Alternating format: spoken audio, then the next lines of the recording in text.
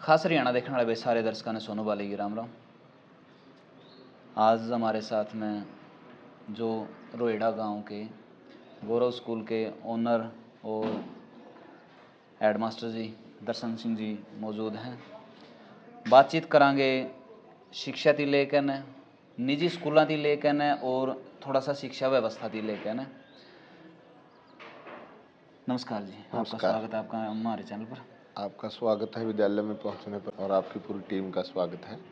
और आप यहाँ आए, आपका परिवार भी काफ़ी लंबे समय से स्कूल से जुड़ा हुआ है और फिलहाल भी आप बच्चों के फंक्शन में आए क्योंकि आपके बच्चे भी यहीं पर पढ़ते हैं और आकर के आपने दो बातें हमारे से पूछने का अवसर दिया और बताने का अवसर दिया, इसके लिए आपका धन्यवाद। क्योंकि इंटरव्यू करना इसलिए भी थोड़ा सा ज़रूरी था ताकि मैं आपके साथ में कुछ और बातें भी साझा कर सकूं। और कुछ दिन पहले क्योंकि जिस तरह की अपनी एक सोच रही है उस सोच के साथ में जो मास्टर जी की सोच है वो भी काफ़ी ज़्यादा मैच कर रहा है। जो जन भावना है या फिर थोड़ा सा सहयोग करने की जो भावना है यह सबसे बेहतर मन लगी और इसी वजह से मास्टर जी का इंटरव्यू करने की सोची। तो सबसे पहले तो जी शिक्षा को किस रूप में देखा जावे?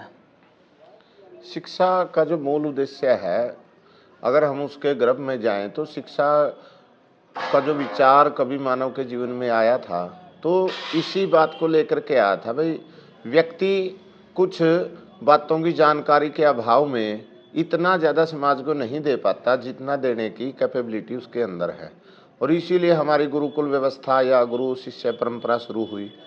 और अगर शिक्षा को देखा जाए, वैसे तो किताबी भाषा में तो कहते हैं कि all round development of body and spirit is education.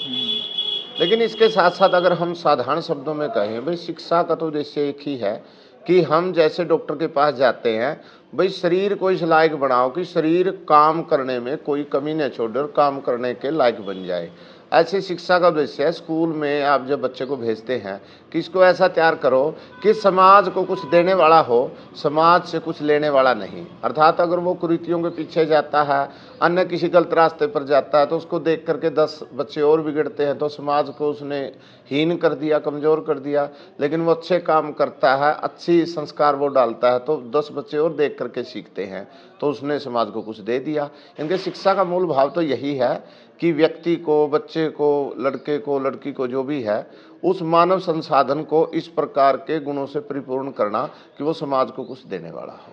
तो एक बात मैं आप तक थोड़ा सा क्लियर करना चाहूँगा, डिग्री का होना और शिक्षित होना, क्या दोनों चीज़ों को हम अलग अलग रख सकते हैं? दोनों चीज़ें, देखिए वैसे तो निजी विचार हैं अपने अपने, लेकिन दोनों चीज़ें थोड़ी सी अलग है। अब डिग्री के द्वारा मनुष्य में निखार लाया जा सकता है। जो व्यक्ति डिग्री न होने पर भी और अच्छी शिक्षा दे रहा है या अच्छा शिक्षित है या फिर समाज में आम व्यक्ति है, बहुत अच्छा काम कर रहा है, अगर उसके पास डिग्री भी होती तो वो और ज़्यादा अच्छा करता। लेकिन इसके विपरीत ऐसी भी बात है कि कुछ लोगों के पास डिग्रियां हैं लेकिन डिग्री होने के बावजूद भी वो समाज से कुछ लेने वाले हैं, देने वाले नहीं हैं, यानी कि वो अच्छे नहीं हैं।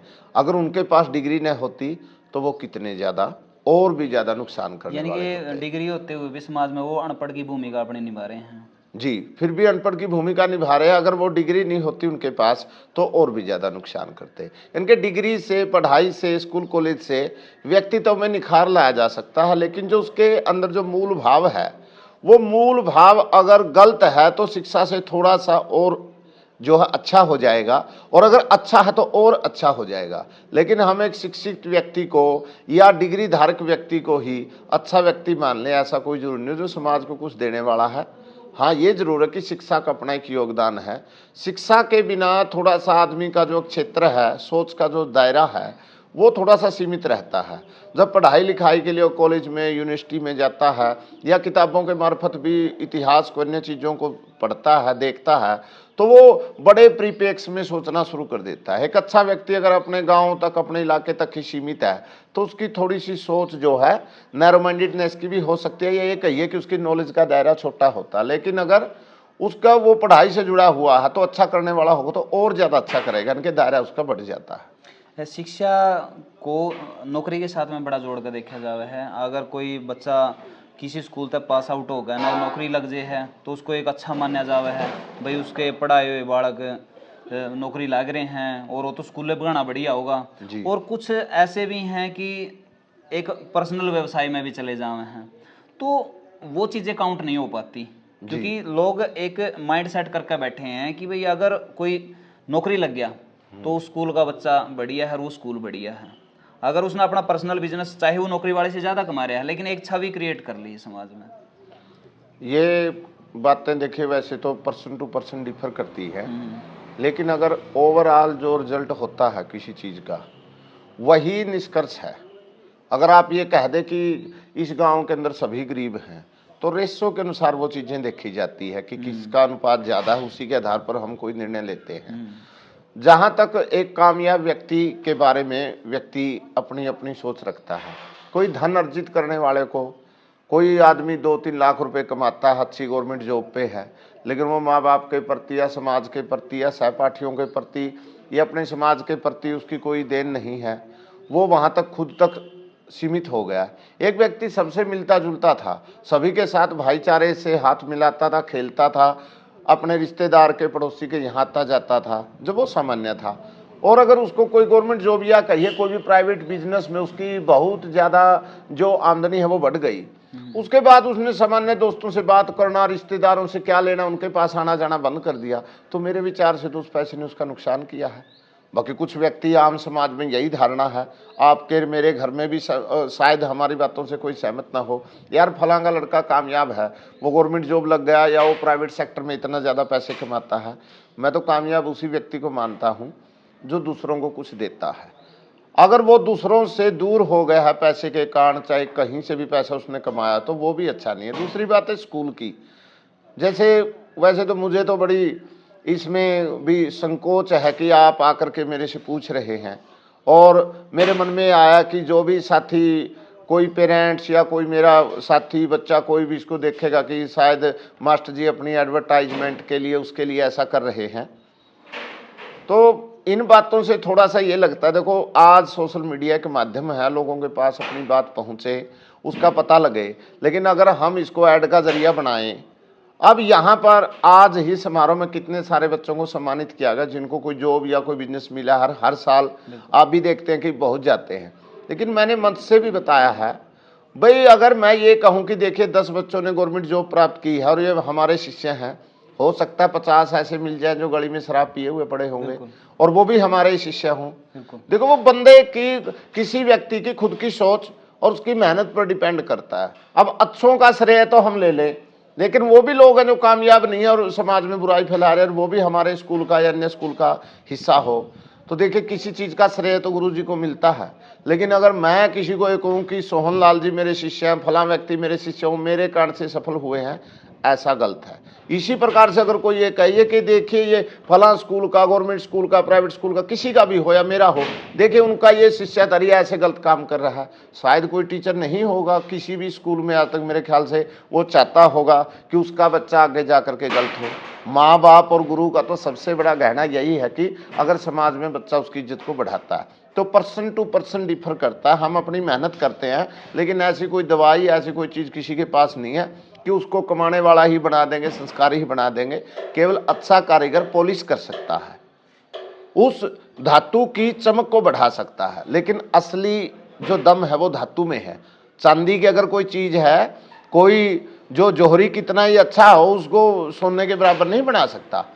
और सोने की कोई चीज़ है, कोई जौहरी चाहे वो कितना ही कमज़ोर हो, जैसे कहते हैं कि bad workman quarrels with his tool, वो जानकार न हो लेकिन उसके बावजूद भी सोना रहेगा तो सोना, उसकी घटिया कारीगरी के कारण, वो अपनी कार्यकुशलता की कमी के कारण उसकी वैल्यू थोड़ी बहुत कम हो जाएगी, लेकिन सोना तो सोना रहेगा। वही चीज़ या जौहरी वाली स्कूल या टीचर पर आती है। जो बच्चा संस्कार अच्छे हैं, जिसकी सोच अच्छी है, अगर उसको जौहरी अच्छा, इनके टीचर अच्छा मिलेगा तो उसकी चमक थोड़ी बढ़ जाएगी। अगर कमज़ोर मिलेगा तो चमक थोड़ी कम होगी, लेकिन सोना सोना रहेगा, चांदी चांदी रहेगा। कारीगर का रोल केवल 10% है, बाकी तो उसके अपने गुण है और उसका सैफरा जहाँ रहता है। करीबन 20-22 साल से आप विद्यालय चला रहे हो, रन कर रहे हो, तो आपने कौन सी टर्म एंड कंडीशन लागू की हैं जिसके अकॉर्डिंग आप ये देखते हो कि अच्छा टीचर क्या है, अच्छे स्टूडेंट के गुण क्या है, क्या चीज़ें विद्यालय में होनी चाहिए और क्या नहीं होनी चाहिए, किन चीज़ों की कमी से शिक्षा के ऊपर असर पड़ेगा और किन चीज़ों की कमी कभी भी आड़े नहीं आती। देखो, दो चीजें आपने पूछी हैं कि क्या होनी चाहिए और क्या नहीं होनी चाहिए। हमारे आम जीवन में भी, आप हो, मैं हो, कोई भी हो, जो नहीं होना चाहिए, जो नहीं होना चाहिए, that should not have been, जो नहीं होना चाहिए उसको आप रोक सकते हैं। आप चाहते हैं कि मेरे घर में पशु नहीं होना चाहिए, शायद आप रोक दें इस चीज को। मेरे घर में जो है, जो दरवाजे हैं वो लाल रंग के नहीं होने चाहिए, उसको आप रोक दें। जो नहीं होना चाहिए उसको आप रोक सकते हैं, लेकिन जो होना चाहिए वो किसी इंसान के बस की बात नहीं है। अब मैं चाहता हूं कि मेरे विद्यालय में, जहां मुझे कार्य करने का आपके गांव में 20-22 साल से मौका मिला हुआ है, और शायद कार्य कुशलता की बात तो छोड़िए और गुणों की बात भी छोड़िए, जितना सम्मान और श्रेय मतलब आपके गांव से, आसपास के गांव से हमें मिला है, हम तो उसके आसपास भी नहीं हैं। एक सामान्य गरीब परिवार से संबंध रखने वाले व्यक्ति हैं और वो मेहनत करके अपना पेट भरने वाले हैं। लेकिन जो नहीं होना चाहिए वो तो हमने लागू कर रखा है। भाई मान लीजिए कोई अनुशासनहीनता करता है, जब उसका पता लगे, चाहे उसके 20 बच्चे हों, 10 हों, चाहे उसके घर वालों से कितना ही संबंध हो, वे आप घर जाइए, उसको हम रोक सकते हैं। किसी का चाल चलन अच्छा नहीं है, पता लगे कि वो स्टाफ मेंबर के रूप में भर्ती होना चाहता है और हमें भी जरूरत है, और उसको हम नहीं रखेंगे, चाहे बच्चे जाएं चाहे रहें, वो नहीं होना चाहिए, वो तो हमारे बस में है। शायद कोशिश कर सके, कमी तो फिर भी रह जाए, लेकिन जो होना चाहिए वो हमारे बस में नहीं है। अब होना क्या चाहिए? टीचर उच्च दर्जे का होना चाहिए, लेकिन जैसा कि आप जानते हैं कि हर क्षेत्र में जो बिल्कुल उसके लिए चाहिए, ऐसे लोग, चाहे क्षेत्र कोई भी हो, चाहे राजनीति का क्षेत्र हो, पढ़ाई का क्षेत्र हो, खेती का क्षेत्र हो। अब किसान तो कितने होंगे? 2% ही होंगे जो वास्तव में किसान है, जिसको हर चीज की नॉलेज है, लेकिन खेती तो सभी करते हैं। वैसे ही जो टीचर का क्षेत्र है, उसमें मेरे हिसाब से बहुत कम संख्या में लोग वो हैं जो मतलब बच्चे के जहन तक पहुंच करके उसके पास जो सामान है वो पूरे का पूरा सामान बच्चे को देना, यानी कि जो उसके पास नॉलेज है, अंडरस्टैंडिंग है, वो बच्चे को देने की काबिलियत रखते होंगे। इसका एक कारण और हो गया है आजकल, और इस चीज़ के बारे में हमारे समाज को ही नहीं, जो हमारे गवर्नमेंट है, चाहे कोई भी हो, उनको भी सोचना चाहिए। पिछले लगभग 10 यानी 15 साल से लगभग जो टीचर ट्रेनिंग होती है, whether it is of junior basic teacher, of bachelor of education, चाहे बीएड की बात हो, जेबीटी की बात हो, एमएड की बात हो, वो नॉन अटेंडिंग बच्चे जो है फॉर्म भरते हैं। जिस कॉलेज में जितनी सीटें हैं, जहां भी सामान्यता, देखो मैं सभी को नहीं कह रहा, सामान्यता है, और वहां पर वो किताबों में घर जो है पढ़ते हैं और फिर पेपर देते हैं। यानी कि ट्रेनिंग कब होगी? अगर आपको खेती की ट्रेनिंग लेनी तो खेत में तो जाना पड़ेगा। अगर आपको बच्चे पढ़ाने की ट्रेनिंग लेनी है तो आपको बच्चे तो पढ़ाने पड़ेंगे। वो केवल किताब पढ़ी और टीचर ट्रेनिंग हो गई। पहले क्या होता था कि अपने यहाँ बीएड की सीटें बहुत कम थी, कुरुक्षेत्र में थी और थी, कुछ ही महज लोगों को कंपटीशन के बाद उसमें मौका मिलता था। और उसमें क्या होता था कि जो टीचर था, प्यूपल टीचर जिसको बोलते हैं ट्रेनिंग में, वो बच्चों को पढ़ाता था। हमारे समय में पीछे जो थे प्रोफेसर लोग बैठते थे, आगे बच्चों को क्लास में पढ़ा रहा है, वो पीछे से उसकी हर कमी को नोट कर रहे हैं। बाद में उसको बताते थे कि आपकी ये कमी थी, अगले दिन वो उनमें सुधार करता। अब बात वही आ जाती है, अगर टीचर ट्रेनिंग ऐसा व्यक्ति कर रहा है, आप शायद ये कह दे जी फला व्यक्ति बहुत पुराना बीएड है, उसको इतना पता नहीं है, लेकिन आप देखिए अगर उसमें वो है ही चांदी, उसमें दम ही नहीं है, तो गुरुजी ने तो वहाँ ट्रेनिंग में निखार की कोशिश की, लेकिन ज़्यादा अच्छा नहीं बन पाएगा। लेकिन जो अब ट्रेनिंग के अभाव में अच्छे पढ़े लिखे व्यक्ति भी अच्छे टीचर नहीं बन पाते हैं, उसका कारण यही है कि आजकल पहले जैसी ट्रेनिंग नहीं करवाई जाती। पीसीपी लगती थी और जल जाते थे, नंबर उसके मिलते थे। आप क्या पढ़ाते हैं, चौक उठाने का तरीका क्या है, बच्चों के पर आपकी नज़र है या नहीं। अब टीचर का तो बैठना नहीं होता क्लास में, भाई कैसे उसने ध्यान रखना है, कैसे बच्चे के लेवल पे आकर के उसने पढ़ाना है। आप कितना जानते हैं मायने नहीं रखता, मायने ये रखता है कि आप दूसरे को कितना दे सकते हैं। तो थोड़ा सा हमारे अंदर टीचर वर्ग के अंदर, मैं भी उन्हीं में शामिल हूँ, मैं कोई अपने आप को कोई कैपेबल नहीं बोलता, लेकिन हमारे अंदर कमियाँ, एक तो हम थोड़े से प्रोफेशनल हो गए। हमारे साथ ही जो साथी काम करते थे, प्रोफेशनल थे, करोड़ों अरबों रुपए लगा के बड़ी बिल्डिंग या कोई कॉलेज या कोई यूनिवर्सिटी, तो सोच सारा दिन क्या रहेगी? आप केवल यही सोचेंगे बिजनेस पॉइंट ऑफ व्यू से कि कितना खर्चा है, कितनी आमदनी है, मैं आमदनी अपनी कैसे बढ़ा सकता हूँ, जब आप केवल एक टीचर होंगे। अब हम स्कूल में आते हैं, हमें पढ़ाना आए न आए, लेकिन मैं सोचता केवल बच्चों के बारे में हूँ, क्योंकि मैं तो 8 की 8 घंटी लेता हूँ। प्रिंसिपल वाला तो काम रात को कर लिया, सुबह कर लिया, 1-2 घंटी आगे पीछे कर लिया, तो I am not a principal, I am just a teacher. और टीचर भी वो जो अब सीख रहे हैं, और शायद जितने दिन और मौका मिलेगा सीखते रहेंगे। बिल्कुल, किसी सियाना मानस ने कहा था कि आप में इतनी हिम्मत नहीं है, आप अपने आप को प्रोफेसर कह सको या अपने आप को पूरा मास्टर कह सको, क्योंकि वो एक अलग लेवल है। आप ता उम्र सीखते रहो हो, सारे के सारे आप ता उम्र सीखते रहो। मास्टर जी का भी वही कहना है कि हम भी सीखने लग रहे हैं सारे के सारे। तो निजी स्कूलों की आप किस रूप में देखो, आप खुद रन कर रहे हो, आज का जो माहौल है, आज का जो परिवेश है, आप दूसरों के साथ में अपने आप को भी कंपेयर कर दोगे कि दूसरा यह स्ट्रैटेजी अपना रहा है, मैं वो नहीं अपना पा रहा हूँ, क्योंकि थोड़ा सा कंपटीशन है जी इस मामला की। लेकिन निजी स्कूलों को आप किस रूप में देख रहे हो? देखिए, पहली बात यह आती है कि निजी स्कूलों की आवश्यकता क्यों पड़ी। पिछली जो एजुकेशन पॉलिसी थी, कोठारी कमीशन के बाद जो आगे पॉलिसी आई, उसमें निजी स्कूलों का जो प्रावधान था वो सरकार ने किया। जैसे आप अभी और भी क्षेत्रों में देखते हैं कि प्राइवेटलाइजेशन हो रहा है, मतलब उन्होंने ये सोचा कि पढ़े लिखे लोगों को भी और विद्यालय स्थापित करके संस्था के माध्यम से, क्योंकि स्कूल को कोई व्यक्ति रन नहीं करता, व्यवहार में बात अलग है, एक संस्था उसको रन करती है। भाई ये प्रावधान किया गया कि निजी विद्यालय भी खोले जा सकते हैं। पहले तो सोचने की बात यह है कि आप ये सोचिए कि निजी विद्यालय की आवश्यकता क्यों पड़ी। या तो हमारे राजकीय विद्यालयों में कोई थोड़ी बहुत ही कोई कमी आई, या सरकार की सोच में कमी आई। राजकीय विद्यालयों में ऐसे ऐसे टीचर हैं बहुत अच्छे, बहुत ही अच्छे। अब जो 20 टीचर हैं, 20 में से 4 टीचर जानकार हैं, और उन 4 के साथ समस्या क्या है कि गवर्नमेंट का अन्य कार्यों का प्रेशर इतना ज्यादा रहता है, बाकी 16 को तो वो काम करने नहीं आते। और वो बेचारे जो 4 जानकार है, वो जो अन्य कार्य है उनकी जिम्मेवारी उनको सौंप दी जाती है, तो वहां से गड़बड़ होती है। बहुत अच्छे टीचर हैं कुछ, लेकिन वो अन्य जिम्मेवारियों में संलिप्त है, और दूसरे टीचर हो सकता है भी किसी भी कारणवश वो पढ़ाते हैं नहीं पढ़ाते। देखो, किसी पर आप एक्स लगाना तो गलत बात है। दूसरी चीज है निजी विद्यालयों की। निजी विद्यालयों की जो परिकल्पना की गई या शुरुआत की गई, वो इस प्रकार से की गई थी कि कुछ सामाजिक व्यक्ति मिलकर के 10, 15, 20 मेंबर, जो भी उसकी टर्म कंडीशन होती है, एक संस्था बनाएं। वो संस्था आसपास के क्षेत्र से कुछ दान चंदा, कुछ पैसे कहीं से इकट्ठे करे और अच्छे स्टाफ की नियुक्ति करके एक स्कूल को चलाए। लेकिन धीरे धीरे ये जो था तो काम दूसरे तरीके का, लेकिन ये व्यवसाय लोगों के हाथों में लग गया। चाहे मुझे भी व्यवसाय लगाएं, दूसरे को भी लगाएं, लेकिन व्यवसाय के तौर पे जो व्यक्ति सोचेगा वो तो सारा दिन उसी तौर पे सोचेगा। जहां तक अभी आप कंपटीशन की बात कह रहे थे, स्कूलों में 2 प्रकार का कंपटीशन है। आप अभी स्ट्रेटजी की बात कर रहे थे कि योजना। There are 2 type of plans a private school has to make, specially in the beginning of the new session. सत्र की शुरुआत में खास करके 2 प्रकार की योजना कोई भी विद्यालय बनाता है। एक योजना होती है अपनी आमदनी या अपने बिजनेस को बढ़ाने के लिए, तो वो प्लान कि मैं ऐसा करूं, ऐसा करूं, ऐसा करूं, इससे मेरी आमदनी बढ़ जाएगी, बच्चे बढ़ जाएंगे, पैसे बढ़ जाएंगे।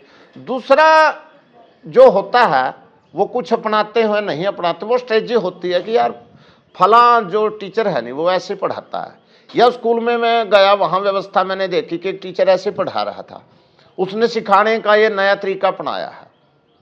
ऊपर से अभिमान स्वरूप वो बेशक न उसको ये कहे कि मुझे आपकी चीज़ अच्छी लगी, लेकिन अच्छा टीचर होगा तो उसको मन में धारण करेगा और उसको इम्प्लीमेंट करने की, लागू करने की अपने स्कूल में कोशिश करेगा। जहाँ तक बात है बिजनेस पॉइंट ऑफ व्यू की, उसमें कुछ लोग शायद ऐसे हों जो टीचर ना हो, जिनके पास पैसा है, आप जैसे मेरे जैसे बहुत सारे कर्मचारियों को भर्ती किया।